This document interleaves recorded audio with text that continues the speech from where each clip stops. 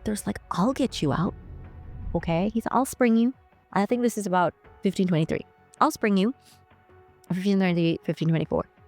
And so he organizes with his friend, Leonard Kopp, who was a councilman, but he also was like a merchant, and he had this wagon, and they filled the wagon with fish barrels, large fish barrels.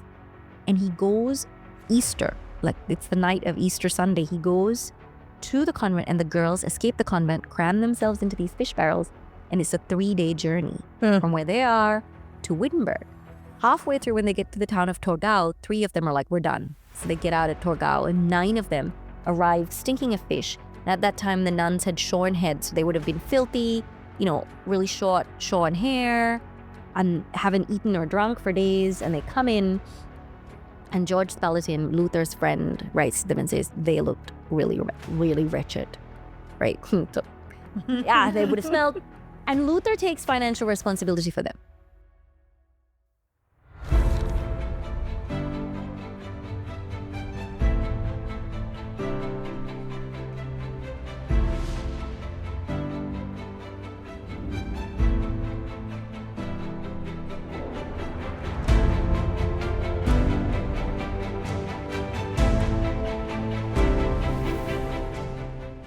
Hi everyone, my name is Suki, and I'm an author, writer, and researcher, and I'd like to welcome you to the Sisters of Light podcast, which is a production of Lineage.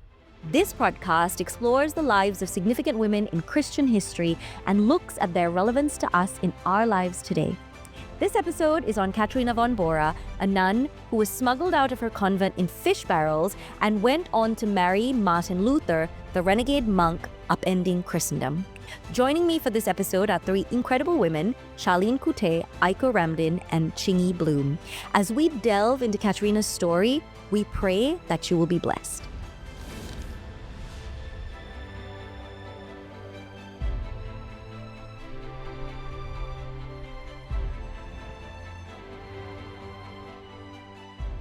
So this episode is on Katharina von Bora. Probably, she's been referred to as the First Lady of the Reformation because she was Martin Luther's wife. She became Martin Luther's wife. She was born in 1499 to an impoverished noble family.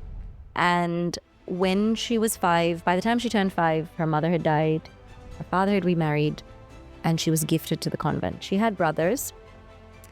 But one of the reasons why young women were gifted to convents was because it was just financially beneficial to the family. So in Katharina's case, being a young woman, being from an impoverished family, young women, you usually had to marry them off with a considerable dowry, depending on your status.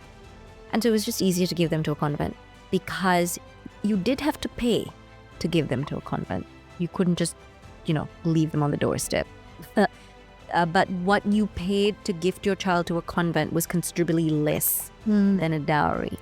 And also, you paid to deliver them to a convent or to give them to a convent, and the convent took care of their education, their housing, their food, their clothing.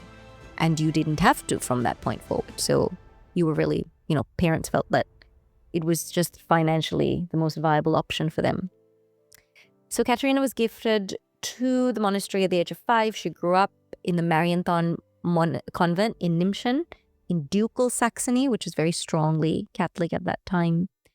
And she, when you think about convent life is generally divided into 7 hours, or based around the 7 canonical hours of prayer, beginning at daybreak and ending just after, I think there's one at like 8 o'clock. And so those 7 canonical hours are when you're supposed to come to pray. Each canonical hour had a name for it: matins, lauds, sext, prime, right? And so you'd come and pray, and your life revolved around that. You're eating, you're drinking. And so when they weren't praying or eating, they'd be working. Most convents had gardens. They kept bees. And they studied. So being in a convent meant you were literate, whereas other women of that same social standing might not have been literate. When Katrina was in her early 20s, just down the road, there was the priory, which is the male equivalent of a convent. So there was a priory in Grimma. And Martin Luther it was on one of his many travels, either when he was coming back from the disputation at Augsburg or after the Diet of Worms, around the 1519, 1520, 21 mark, he goes through Grimma and he spends the night. And that was very common. If you're a traveler and there were no inns, you would spend the night at a monastery or convent. And so he spends the night at this monastery and he preaches to them from the Book of Romans. And the prior, the head of the monastery, Wolfgang von Zeschow, took sermon notes. He was just blown away. And he copied those sermon notes and he sent them by messenger, most likely, to his nieces who were in the Marienthon convent with Katharina in Nimschen. And Veronica and Margaret von Zeschow read this commentary on the Book of Romans, which is like sermon notes in the Book of Romans, and they're like, this is crazy. And so they gather together. There's 12 nuns and they form a Bible study group. They have access to the Bible, which, majority of the people didn't have. They have access to the Bible. They study this and they're blown away by it. And so their first reaction is, we don't have to be nuns anymore. And so it takes 2 years, right? From when they first hear, 2 years to decide we don't have to be nuns anymore. Then one thing that they can do is, in Germany at that time, if you're female, you could not just wander about and get a job and live on your own. You needed a male sponsor. And that male sponsor had to be related to you in some way. So it was either a husband or a brother or a father. So these girls wrote to their fathers and brothers and said, can you release us of our vows? Can we come home? And all of them said no. One of them, another Margaret von Staupitz, her brother was Johann von Staupitz, who was Martin Luther's mentor. So when all these girls got a no for an answer, Margaret wrote to her brother Johann and said, well, this is the problem. What do we do? And Johann tells Luther. Margaret starts writing to Luther, and Luther's like, I'll get you out. Okay? He said, I'll spring you. I think this is about 1523. I'll spring you. 1523, 1524. And so he organizes with his friend, Leonard Kopp, who was a councilman, but he also was like a merchant, and he had this wagon, and they filled the wagon with fish barrels, large fish barrels. And he goes Easter, like it's the night of Easter Sunday, he goes to the convent, and the girls escape the convent, cram themselves into these fish barrels, and it's a 3-day journey from where they are to Wittenberg. Halfway through, when they get to the town of Torgau, 3 of them are like, we're done. So they get out at Torgau, and 9 of them arrive stinking of fish. And at that time, the nuns had shorn heads, so they would have been filthy, really short, shorn hair, and haven't eaten or drunk for days. And they come in, and George Spalatin, Luther's friend, writes to them and says they looked really, really wretched, right? So, yeah, they would have smelled. And Luther takes financial responsibility for them, which there's no other way that they could have, And so by this time, he's living in the Black Cloister, which used to be the Augustinian monastery. All the Augustinian monks have gone because they're Lutheran. And Luther takes financial responsibility for them, and all of them get married. Katrina can't seem to land a husband. She liked this guy, Hieronymus Baumgartner, and they had this relationship. And then Hieronymus went home to tell his parents, I really like this girl, but she's a runaway nun. And his parents were like, are you crazy? Runaway nun, no. So he dumps her. And then everybody's married, and she needs to get married. She was working at the home of Lucas Cranach, who was a court painter. But she couldn't just be working as a maid. And then Luther and his friend Nicholas von Amsdorf are like, oh, let's marry her off to Caspar Glatz. And she's like in her mid-20s and Caspar's 70. And so she's like, okay, guys, enough. I don't think so. Oh my goodness. She writes this letter to Nicholas, and she says, listen, I'm not marrying Caspar, but I have to get married. And either you or Martin Luther are going to have to marry me. That's just the way it's going to be.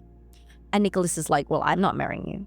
And so Martin Luther is like, okay, I'll marry her. And when they got married, they didn't... Charming. Yeah, that's what it was, right? It wasn't a love match. It wasn't anything romantic. But when they got married, and the story goes that she took over the running of the household, and she discovered that Luther hadn't laundered his sheets in a year. Oh, and gross. So she takes over the home, and he calls her Katie, and then he calls her Lord Katie, because it's like when he's writing to his friends, he's like, Lord Katie says hello. I have to check with Lord Katie. Saucy. And then he writes to one of his friends and he says, I would not give up my Katie for all of France and Venice. Oh, that's very sweet. Yeah. They have 6 children, 2 die. And she was just a dynamo. Proverbs 31, that was Katharina von Bora. She would like buy a field and plant a vineyard and sell the produce and cook the food and drive the cattle to market and run the household. And she was just amazing. After Martin Luther died, she tried to make ends meet with the kids. And then one day while they were moving, because the Black Plague had come in, they needed to flee Wittenberg, she falls out of the wagon into a ditch. And she's severely injured. And 3 months later, she dies. And the historical record says that when she dies, her last words are, I will stick to Christ as a burr to a topcoat. And that was her life in a nutshell. There's a lot more, obviously. But she was a remarkable woman who it just took matters into her own hands when she needed to. Yeah. So that was Katie. Anything that stood out to you guys? The fish barrels. Yeah. Truly. Like how, knowing that everybody in the world who you belong to has said no, rejected you. Yes. And then you have this one hope. Yeah. With somebody you never met, don't know. And the means is that demeaning. Yeah. But you knew that freedom was the only way to stay true to your convictions. Right.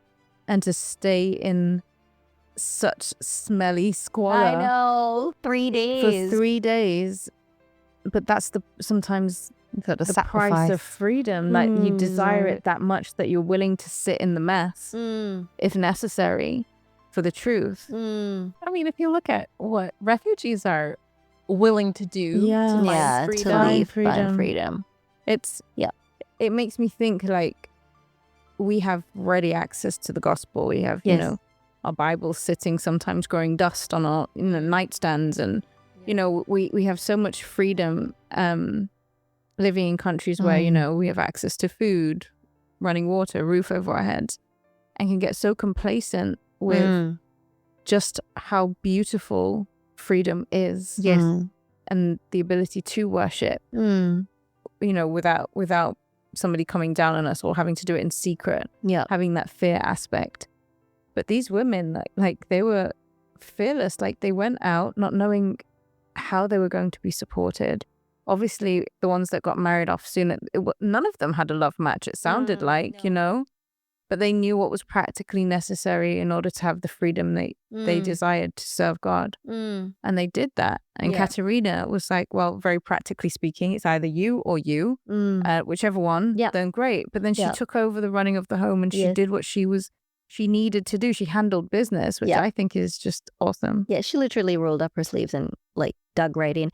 And I think the other thing that sometimes we fail to realize is freedom was one thing, but also that freedom came at a cost, in the sense of living in a convent was like living in a little fishbowl. You get comfortable, right? You are fed, you are clothed, you are educated, you are safe. You've never, you've encountered men in passing. You've got, maybe the chaplain is male. Usually the chaplain was a monk, right? In a convent, they come from outside.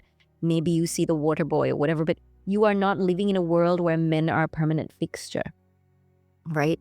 And you live a very predictable life of continuity and consistency. And then you learn this truth and it upends you. And you realize God wants you to go out there and preach. And yes, this cloister is a cage, but it's a familiar cage. And it takes as much courage to leave. It's easier in some ways to stay in the cage. It's a bit like Stockholm syndrome. Yeah.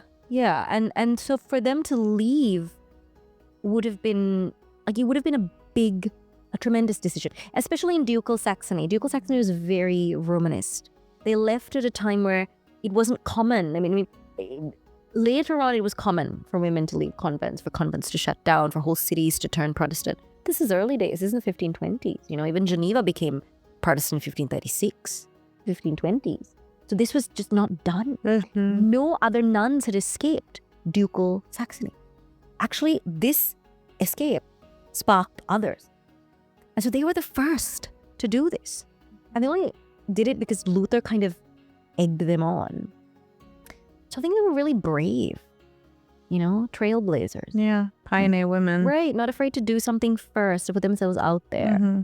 I think sometimes as well, like their example that, it sparked others to go and find freedom in like manner if they were stuck in a convent. Because it just sounds, I still can't get my head around the idea of gifting your child to a convent. Yeah. It's like abandoning your child to a convent, I guess, in that sense. But then, I don't know, if you were that impoverished and you thought that was going to be a more stable life for them, it could have been a loving thing. I don't know. When we talk about impoverished, you have to understand, okay, some people were very impoverished, but like, for example, in England, Cardinal Pole's mother, Margaret de la Pole, gifted her son to a convent. She never forgave him for it. He never forgave her for it. Mm-hmm. But the Poles were they were wealthy. She was a cousin of the king.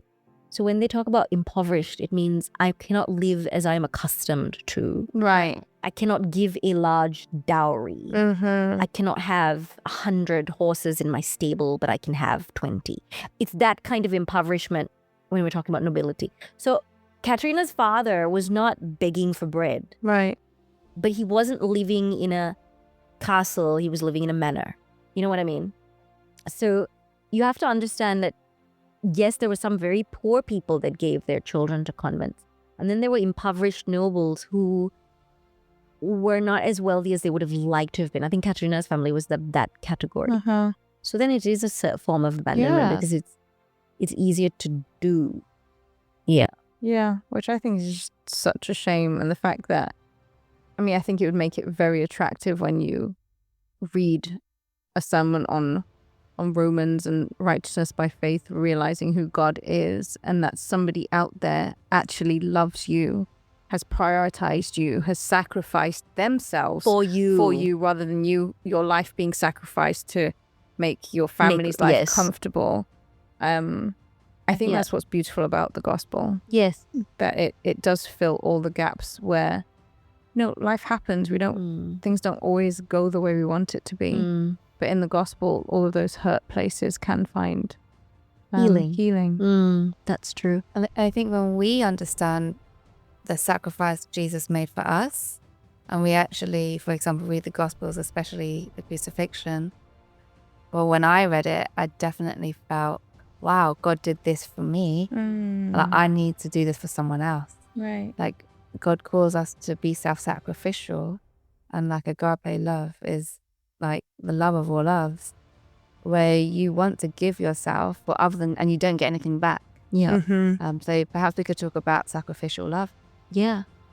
Right. So we finished with this segment. Let's come back. Let's talk about love, but also let's delve into just Katrina's life as really in many ways the First Lady of the Reformation. That would have been a really public role.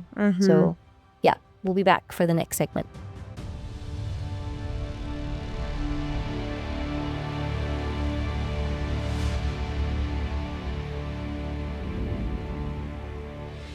"1,500 years before Christ, a young child was born who would later lead the children of Israel out of Egypt to the Promised Land. During that journey, Moses was given the plans to build a portable temple which was used for more than 500 years. The services of this temple gave a vivid portrayal of the results and solution for sin, the redemptive love God had for his people. It pointed to the world's Redeemer, Jesus, the Messiah. Messiah's Mansion is a life-size replica of this temple. Come experience this sanctuary model as a tour guide expertly explains the history of the events that took place in the services long ago, how each step pointed to the work of the Messiah, and how the truths discovered there are relevant to our lives today.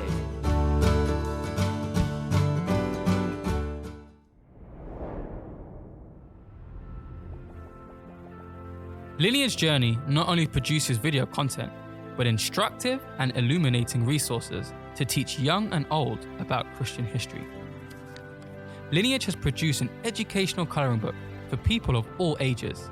It includes original artwork from Ashley Bloom. highlighting the various heroes of the Reformation. Each scene has a matching story, and there are also QR codes to connect you to the website for more information and to watch the videos. There are also fun facts and memorable quotes to accompany the scenes to color in. Designed for young and old alike, get your copy now at lineagejourney.com.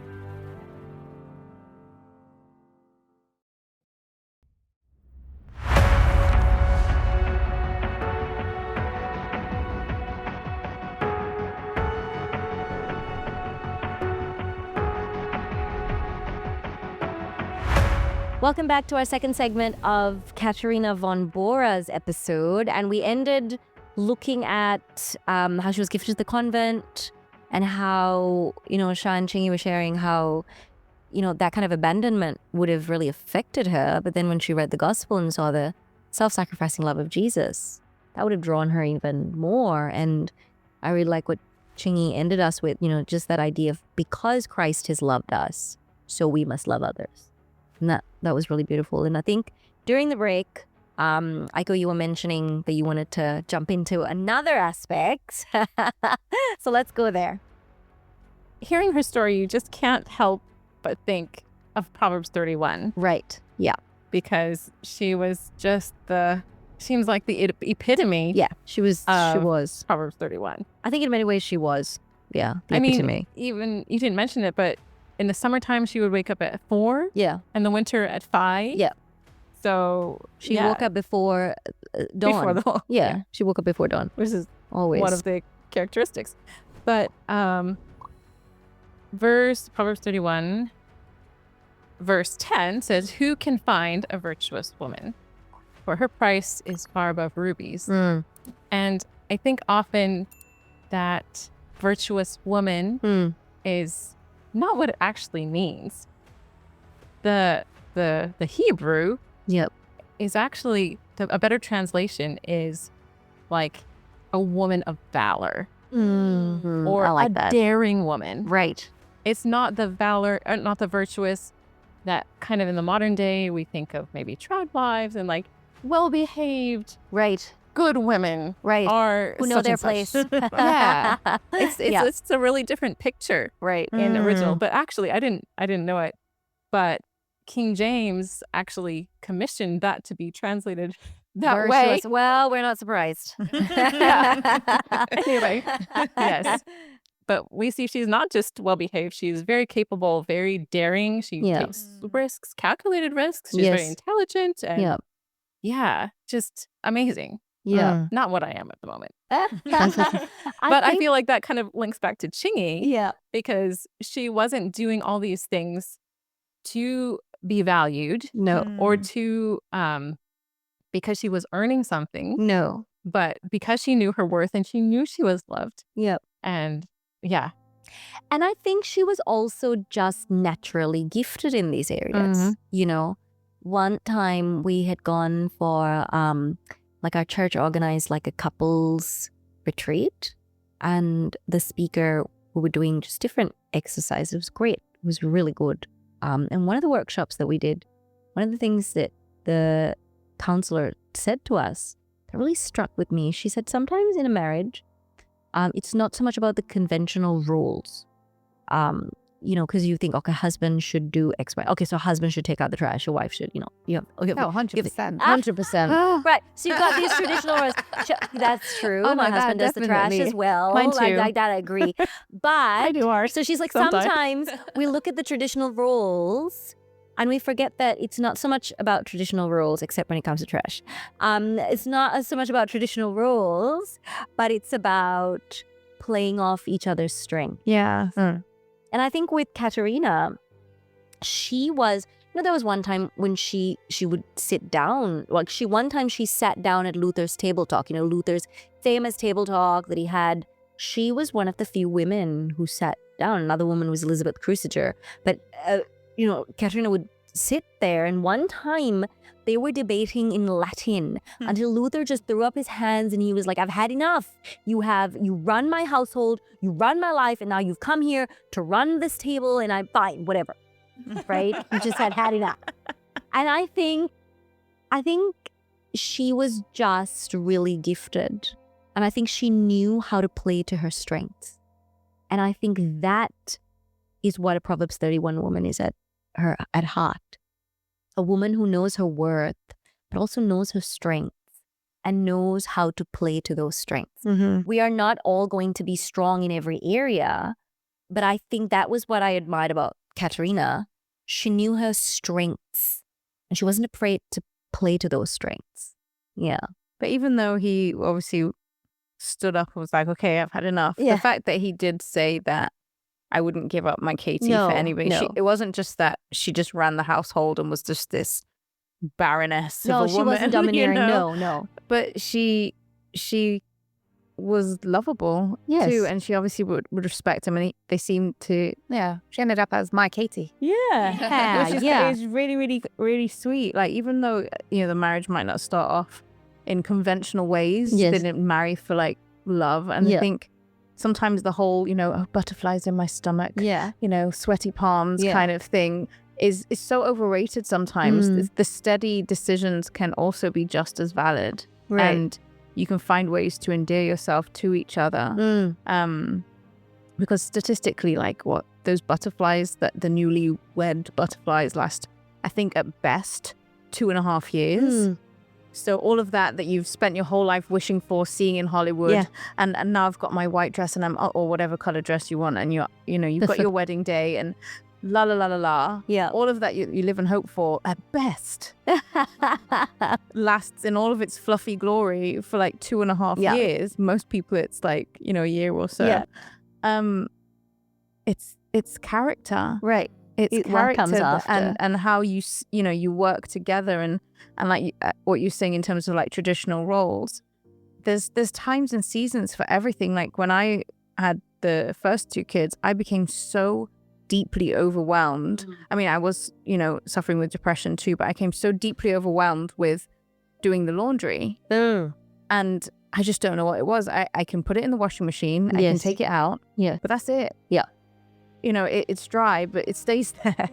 And I was just like, I just can't do this. And there's seasons where, Clive's had to step in and he does the laundry. We're kind of progressing out of that now where, he puts away our stuff and I'll do the rest of it. But we jump in and out. He will cook. Yes. There's times where I need ingredients. Yeah. I'm an ingredient cook. And so when it's time just before we're going shopping and I'm like, I open the fridge and like, there's nothing in the house to eat. I'm never without food. Like I can always feed a small army. But to me, I'm like, there's nothing in the house to eat. He will go and cook this most delicious meal out of, but we're opposites in the way those things are. And I think having the fluidity to be able to jump in and out of each other's world. In fact, not even jump in and out. You're in the same world. Yeah, your strength. Play for your strength and your weaknesses. You're in this together, and whatever needs doing, we're going to get it done. Yes. And there's times where you need to build each other up and hold each other, accountable in different areas. But I think having fluidity in roles, I think makes for a much more enjoyable marriage. Yes, I like that word, enjoyable. It's true. My husband's the same. When although the one thing he won't do is laundry. That like is just beyond him. I think he and Adam are in cahoots. Yeah. It's just beyond him. I think he's just incapable of doing laundry. But he'll cook. He'll cook, he'll look after the kids. Like if I have to travel or do something, he'll look after the kids. I remember one time, and this is like similar to what you were sharing, like my mother-in-law was visiting us and she was very ill and she had to be hospitalized. And in that instant, my husband just, he needed to work. And so I would go to the hospital with my mother-in-law. My husband stayed home. He worked from home and he homeschooled the kids and he looked after the house. And so we tag team, there wasn't this is your mom, you need to do that. Like, we were just, okay, what needs to be done? Put everything on the table. Okay, I'll be with your mom. And he's like, I've got the house covered, and so he'd drop me off at the hospital. I'd look after his mom. And then he'd pick me up, but he'd have the house covered. And we managed. He had the house covered except for the laundry. But but we managed, And like you're saying, it's enjoyable. Yeah. You're not like at the end of that was a very stressful season for our family. Of course, it was unexpected. But we came out of it not like sniping at each other, not angry with each other, not having to like have long debriefing conversations. Like we were good. We came out of it and we were like, well, that was done. And Yeah. And I think it's that, that give and take and that easy flow in a marriage where you don't have to like tell the other person, this needs to be doing, this needs doing. I mean, sometimes you do, but where you're able to step in and work together. There's definitely a partnership, right? Right. Luckily, Ashley enjoys cooking. Very helpful. And it tastes lovely. But I think it's always remembering that, there's no I in team. And whoever you choose to, settle down with or live with, or you can't choose your family, but you can choose your friends. Like always seeing that you're always on the same team, it's the same partnership. Yeah. Because once you're, in conflict with someone or just trying to not work together, like nothing fruitful comes from it. And going back to what you're talking about character, we see in Proverbs 31, verse 30, it's talking about charm is deceitful and beauty is passing, but a woman who fears the Lord, she shall be praised. And I believe Katrina, like, she had such a anchor in the Lord, and her principles and her values and her beliefs were in the Lord. And really for me, like, when I'm at my best, it's because God is working through me. It's not because like I want to do the things that I do. I actually don't. But I remember that God gives me the strength and the wisdom and the resources and whatever it may be for me to then do what he wants me to do. So I believe that, it's because she feared the Lord, she had reverence, respect for God, that she was able to then do all these amazing things that she then went on to do. Yep. And being that role model as the first lady, like setting a path for other women to think, oh, if she can do it, I can do it. And I think we should all think about what example we're setting for other people, whether that be good or bad. Yes. Yeah. And their lives weren't smooth. They lost 2 children, one in infancy, one at the age of 14. And they were devastated when you read Luther's writings. And here's the other thing. You have all of Martin Luther's letters about Katrina, to Katrina, but you have not a single one of her letters. Just because as a woman, her correspondence was not as important.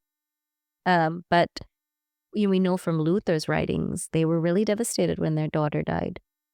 And yet they still clung to their faith. Yeah.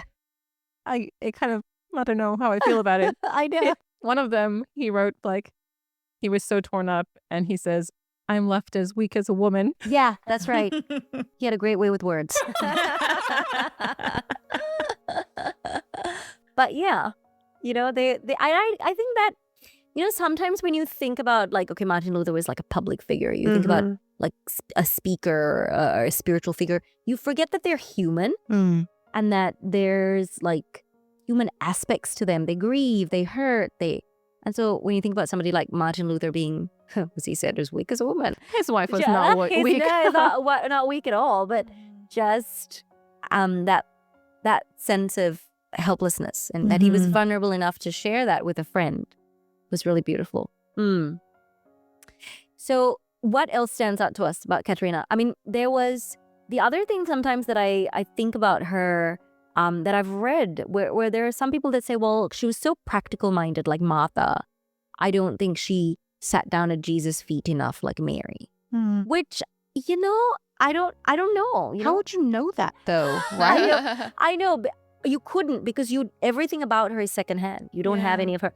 I feel like if that had been the case when she died, she wouldn't have said what she said. I will stick to Christ as a burr to a top coat. Oh, she wouldn't have gone in that barrel, Yeah, she wouldn't have gone in the barrel to begin with, right? But also there is this sense of sometimes, we stereotype people. Like, if you're like this or like this, that means you're not really spiritual. Or if you're like this, you're super spiritual. And I think we need to be careful about that, right? Because you don't know a person's heart.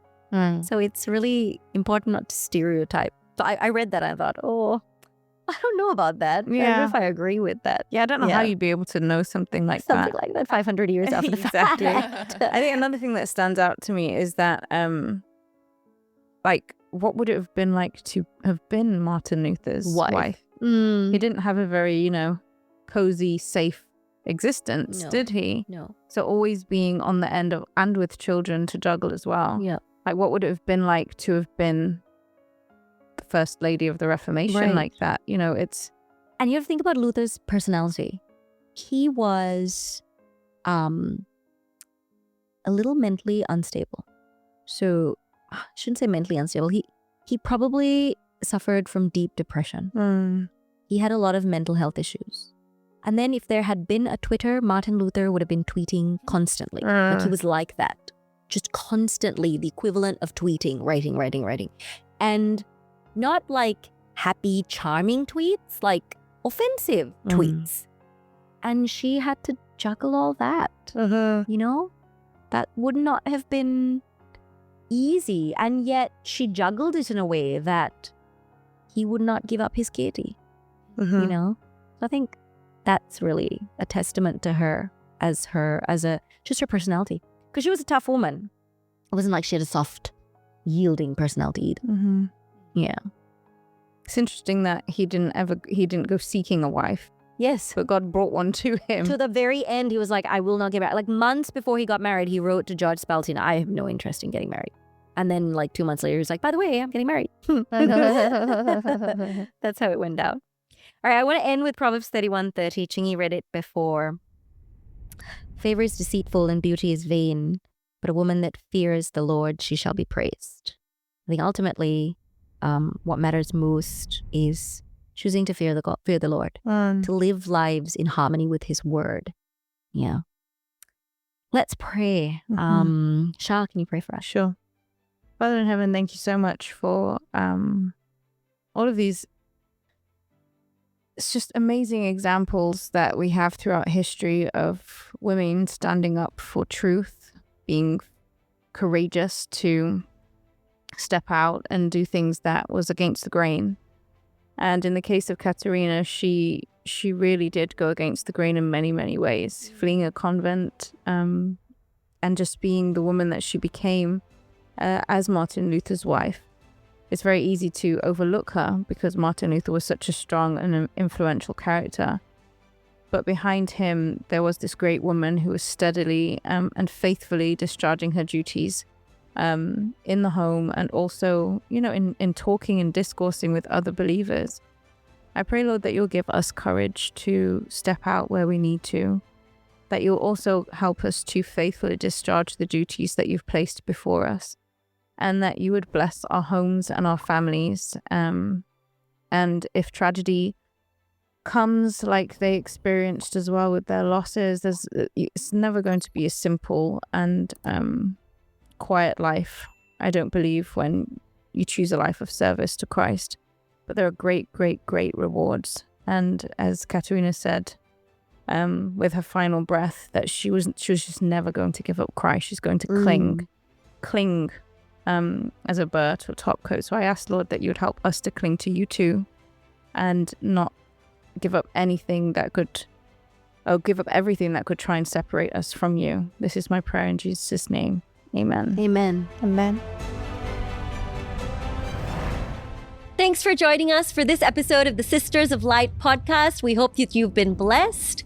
Before you go, I'd like to let you know about a companion devotional book that I've written, which you can get at the Lineage Journey website, www.lineagejourney.com. I'd also like to let you know about companion books in the series, Sisters in Arms and As Bright as the Stars. If you'd like more information about us, you can find more of it on our website. And also, please don't forget to like and subscribe.